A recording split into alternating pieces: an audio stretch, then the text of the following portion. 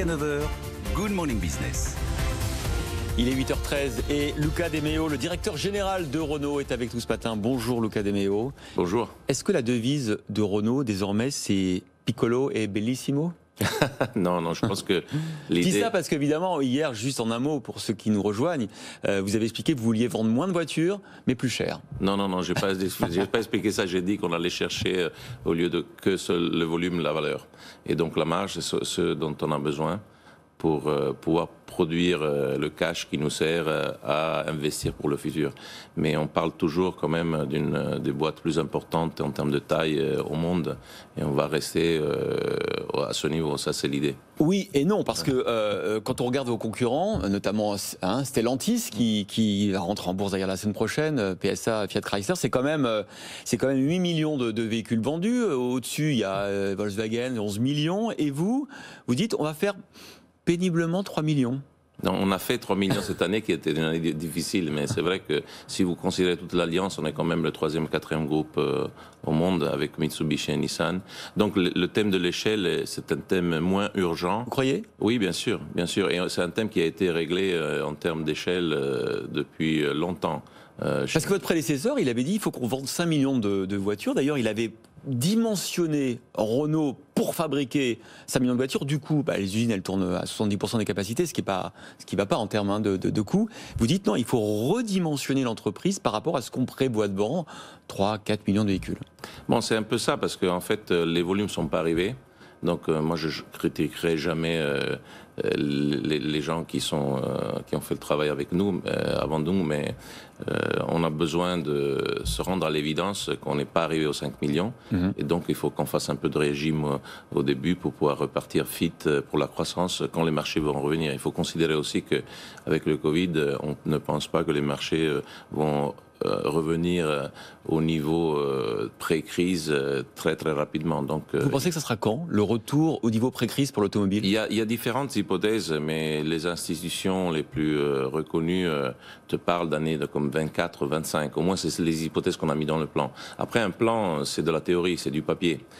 Donc, on a essayé d'être très très prudent pour pouvoir construire un plan qui est solide sur des chiffres qu'on pense pouvoir faire dans n'importe quelle condition. C'est ça l'esprit, mais la façon comme le public le prend, c'est que on veut réduire la taille de Renault, c'est pas le but, c'est on veut améliorer la qualité de notre business. Il faut avoir une ambition qui correspond à ce que vous pouvez faire. C'est intéressant, on va décliner comment vous allez y arriver. D'abord, rendre Renault de nouveau désirable. On le voit avec votre gamme de 24 nouveaux modèles que vous avez lancés. Vous appliquez une recette, c'est ce qu'en général on dit, que vous avez appliqué chez Fiat avec la Fiat 500. Vous allez ressusciter des modèles iconiques et emblématiques. Vous avez déjà parlé de l'Alpine, mais là, la Renault 5. Alors pourquoi pas la 4L ? Ouais, pourquoi pas. Voilà, c'est ce que je dis aussi. Non, mais je pense que moi j'ai toujours pensé que l'âme des constructeurs automobiles est dans les racines. Donc, si tu reconnectes avec les racines, tu reprends l'âme. Et c'est ce que j'avais vu en Italie, et c'est ce que j'ai vu comme potentiel ici chez Renault, parce qu'on a une histoire de 120 ans avec beaucoup de produits iconiques. Ouais. Et pourquoi pas en profiter de ça. Après, la 5 qui a réchauffé le cœur, je vois dans ces heures-là, s'il y a tous les Français, ce qui est une bonne nouvelle. C'est qu'un des 24 modèles qu'on va lancer d'ici 25 ans, donc il y a beaucoup plus de boulot derrière. Il y a par exemple Dacia aussi que vous allez relooker, peut-être monter en gamme. J'ai l'impression que c'est un peu votre leitmotiv sur tous les modèles. À chaque fois, on monte en gamme, c'est-à-dire qu'on va chercher un peu plus de marge. Mais pour le consommateur, ça veut dire un peu plus cher. Écoutez, Dacia va toujours rester Dacia. Ça va toujours être une marque qui offre des solutions assez accessibles relativement à la compétition. Dans le cas de la voiture qu'on a présentée hier en concept, que vous voyez sur les écrans, c'est une voiture un peu plus grande, mais dans ce segment, ça va être... Elle sera moins chère que les autres. Ah oui, bien sûr. Mais quand même, vous allez chercher, vous voulez un prix de voiture moyen à 27 000 €. C'est pas mal. Oui, c'est pas mal, mais c'est ce que les concurrents font. Le problème qu'aujourd'hui, c'est que nous, on vend beaucoup de petites voitures.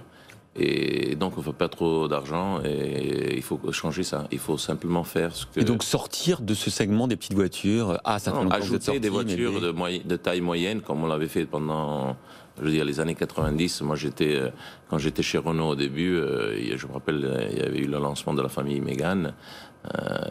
Et bon, ça avait fait le succès et ça avait mis l'entreprise dans de très très bonnes conditions. La Mégane va survivre? On l'a en électrique, oui. On l'a présenté il y a 2 mois. Ouais. Très belle voiture. Et l'espace? Et l'espace peut-être aussi.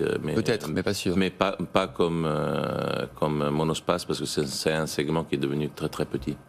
C'est vraiment des modèles très très marketés, très iconiques que vous allez mettre en avant au cours des prochaines années. On a envie que les gens considèrent Renault une boîte innovante, créative, parce qu'elle l'est, et il faut que ça soit. Alors on va en parler de l'automobile de demain dans quelques instants. Quand même maintenant un mot sur les coûts. Vous avez dit hier, il faut que je baisse de 600 € en moyenne le coût de production de mes voitures. On fait comment pour ça? On ferme des usines? On supprime des emplois plus que ce qui est prévu? Non, c'est un travail qu'il faut qu'on fasse avec les fournisseurs, avec l'ingénierie. Il faut qu'on soit plus efficace et productif en termes d'ingénierie. Il y a tout un plan derrière. Évidemment, il faut. Mais qu'est-ce qui vous reste comme marge? Parce que vous avez déjà, vous, tous les constructeurs automobiles, beaucoup délégués aux sous-traitants. Les gros sous-traitants de premier ordre, ils ont capté une grande part de la valeur ajoutée du véhicule. Oui, c'est le cas, mais c'est justement parce que ça permet de réduire les coûts. Le phénomène arrive parce que finalement les sous-traitants peuvent investir sur certaines technologies qu'après ils peuvent distribuer entre tous les constructeurs. Je pense que c'est un modèle qui marche, sauf que il y a une discontinuité tellement forte dans la technologie que c'est peut-être le moment où les équipes d'ingénierie des constructeurs doivent revenir à inventer des choses. Reprendre la main. Sur certaines technologies pour après, ou en collaboration avec les fournisseurs évidemment. Alors vous l'avez dit, c'est une industrie qui est en disruption totale depuis quelques années. Il y a évidemment l'électrique, l'hydrogène, on va en parler, vous avez fait d'investissement, votre alliance aux États-Unis, et puis la voiture autonome. Non, l'alliance c'est en France. Oui, mais avec un partenaire américain, non? Oui. Bon. Et puis la voiture autonome, Tesla, qui... Alors, c'est peut-être une bulle boursière. Est-ce que c'est une bulle boursière, Tesla, qui représente plus que tous les constructeurs réunis traditionnels? Non, c'est assez impressionnant la performance de cette entreprise dans la bourse. Je pense qu'elle n'est pas considérée comme une boîte automobile. Non. En fait, ça va au-delà. C'est une boîte d'énergie, c'est une boîte de technologique. Donc, elle rentre dans un autre cadre. Mais ils ont fait un travail extraordinaire, il faut le dire, et peut-être qu'ils méritent ce succès. Est-ce que ça vous inspire? Est-ce que Renault aussi doit devenir autre chose qu'un constructeur automobile? Doit devenir, vous l'avez dit, un acteur de la mobilité, de l'énergie? Oui, c'est justement une partie du plan. C'est-à-dire, on accepte l'idée, et ça c'est très important dans le plan, c'est qu'on accepte l'idée que le monde de l'automobile et de la mobilité va changer, et on engage. Et c'est ça le plan. Donc l'idée, à un moment donné, c'est qu'il faut qu'on se prépare à créer une entreprise qui est aujourd'hui un producteur de véhicules qui intègre la technologie, à devenir une boîte tech qui en fait intègre des véhicules. Donc il faut inverser notamment le rapport de force avec pivoter, inverser le rapport de force que vous avez avec vos sous-traitants. Vous le disiez, vous l'avez commencé à le dire, c'est-à-dire que jusqu'à présent, aujourd'hui, vous prenez les technologies des sous-traitants qui sont devenus très puissants et très innovants et très performants. Vous aimeriez bien un peu inverser la donne en partie? Non, je pense que c'est un autre modèle. Si vous pensez à une des propositions qu'on fait, c'est de créer une plateforme qu'on appelle Software République autour de notre... Software République. Oui. Bon, qu'est-ce que c'est?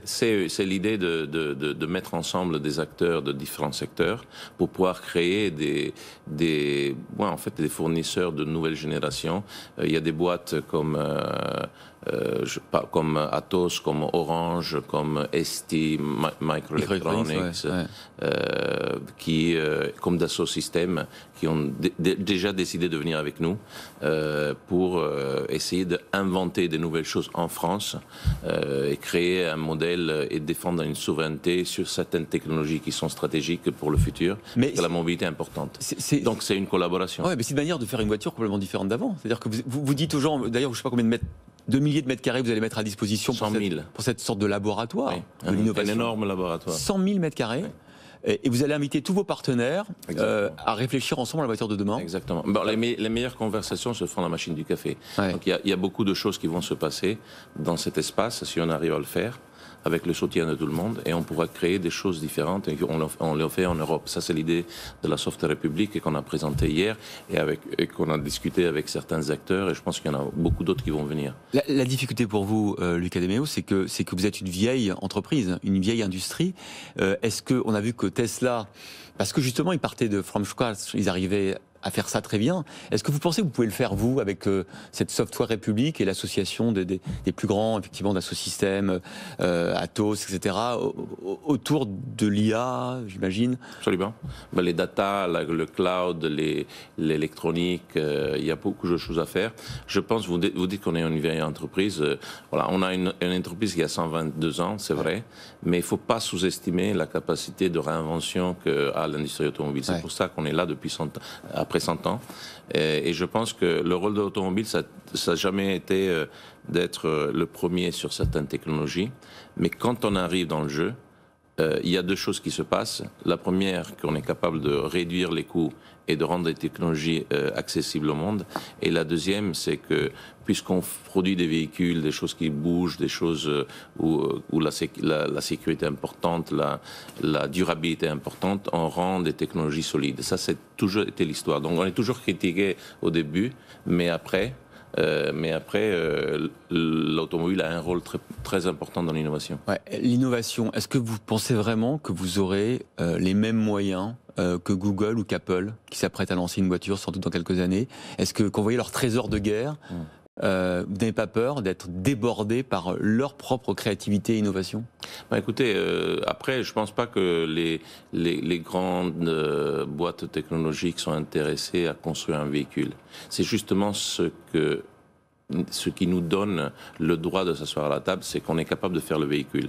Après, ça va être un véhicule différent, ça va être connecté, il y aura des technologies, mais on va participer à la fête, et peut-être on pourra prendre un morceau du gâteau. Mais quel morceau? Parce que là, j'ai vu l'alliance avec Google. Est-ce que vous alliez pas avec le diable? Est-ce que c'est pas eux qui vont prendre la plus grosse partie du gâteau? Non, ils prennent quelques informations dans le respect de la privacité des gens, etc.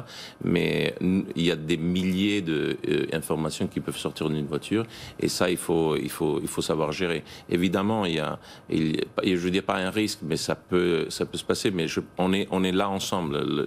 La vérité, c'est que sur la voiture que vous voyez à l'écran, que la Mégane, on va lancer les nouveaux services. On va être les premiers à intégrer une technologie qu'on appelle Google as a Service, et ça va faire vendre la voiture.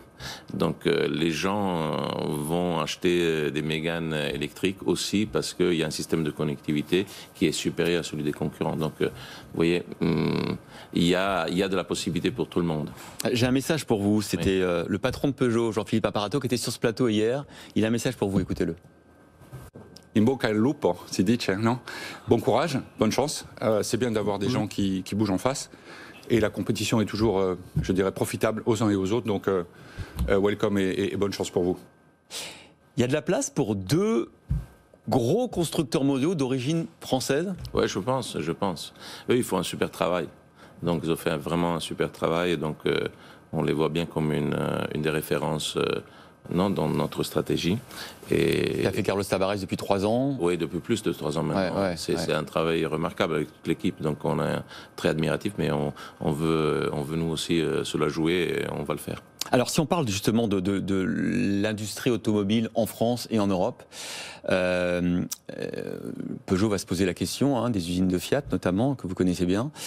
Vous allez aussi vous poser la question du nombre d'usines. On l'a dit, il y a trop de capacité de production pour Renault. Est-ce qu'à un moment donné, il faudra aborder les sujets qui fâchent, c'est-à-dire celui de la fermeture de certains sites et peut-être de la réduction des effectifs? Est-ce que vous avez pris des garanties, je ne sais pas auprès de qui, auprès du gouvernement, auprès de vos actionnaires, de ne pas réduire les effectifs?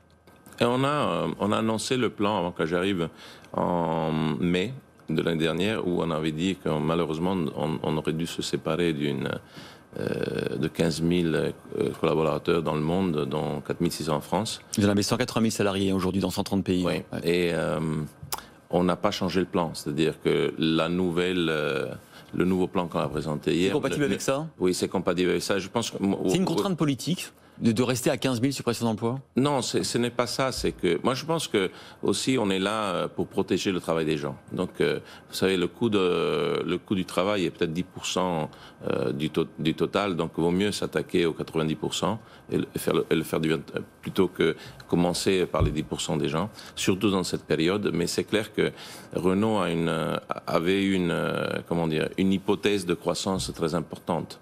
Et il y a beaucoup de sites qui sont sous-utilisés. Et il faut être créatif. Si vous regardez, par exemple, l'usine de Flins. Ouais. L'usine de Flins, quand tu regardes ça techniquement, on aurait dû fermer. Mais on a trouvé la façon un peu créative de transformer dans quelques années. L'économie circulaire, c'est ça? Exactement. Et vous allez voir, on va créer de l'emploi, on va créer de l'innovation. Vous y croyez vraiment? Ah oui, bien sûr. Oui, je pense que c'est... Recycler les batteries, recycler les anciens véhicules. Bien sûr. Vous dites faire en sorte que les véhicules de fonction, enfin les véhicules industriels, roulent 5 fois plus que les véhicules de particuliers. Mais bien sûr, mais parce qu'en fait, dans le monde de la mobilité, quand tu vends des kilomètres, c'est comme les avions, ils sont réutilisés en 2-3 cycles avec 2 ou 3 compagnies, etc. Quand tu es dans le monde de la mobilité, tu vends le kilomètre, tu as envie que le coût moyen de l'amortissement du véhicule soit le moindre. Et pour ça, il faut que ça dure plus longtemps. Exactement. Donc c'est une idée, en gros c'est une idée géniale ce truc-là. Et si c'est connecté... C'est rentable?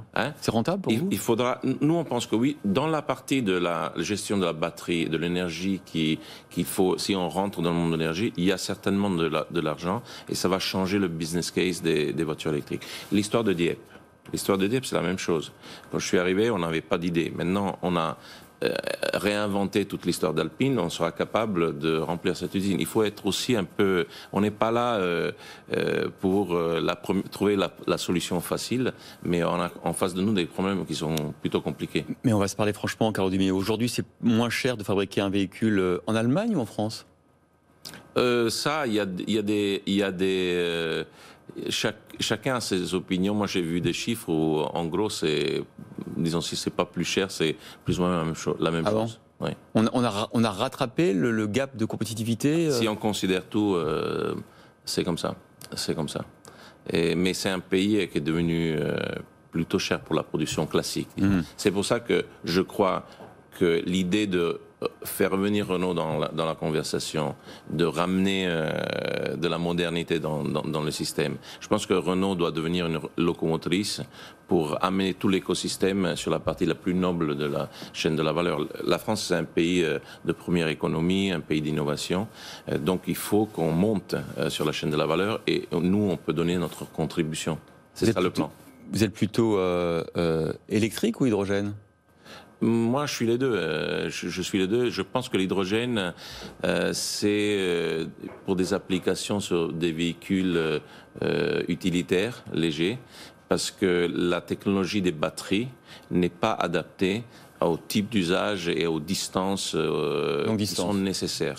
Donc, en gros, notre idée, c'est qu'on réduit la taille de la batterie, on met ce qu'on appelle un range extension, un extenseur d'autonomie qui fonctionne au début peut-être à gaz ou GPL, etc., mais qui après fonctionnera à l'hydrogène. Ouais. Et donc ça te permet de réduire la taille de batterie, les coûts baissent, évidemment dans un véhicule utilitaire, le moins d'espace tu utilises, le plus tu peux charger. En fait. C'est pour ça que vous n'êtes pas très investi sur la batterie électrique. On s'étonne parfois de ne pas avoir de partenariat de Renault en matière de batterie. Faut attendre un peu, laissez-nous le temps. Maintenant on a le projet du Nord, si ça marche, c'est justement la discussion qu'on est en train d'avoir. Parce que vous n'êtes pas encore dans le consortium européen, notamment avec Total.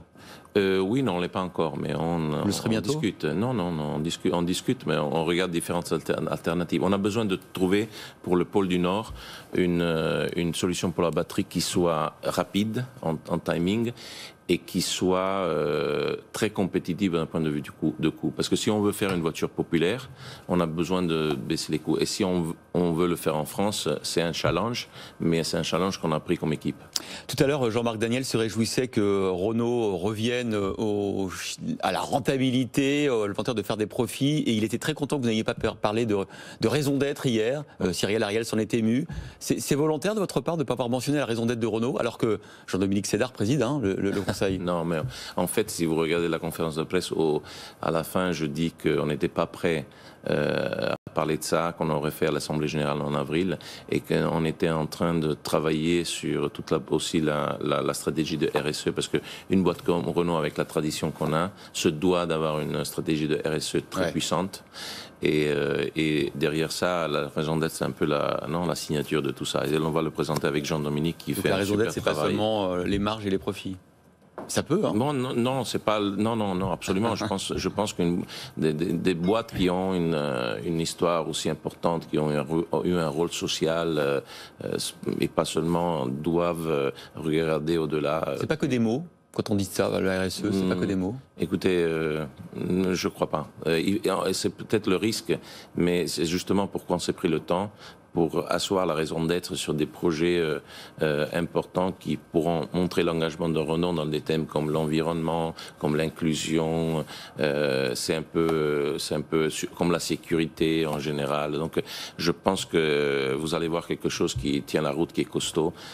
J'ai pas l'habitude seulement de parler, on essaie de faire les choses. Eh bien, on vous réinvitera pour votre raison d'être, Carlo Di Meo. Avec Jean-Dominique. Avec Jean-Dominique Sénard. Bien sûr. Luca Di Meo, merci beaucoup d'avoir été avec nous ce matin dans la matinale.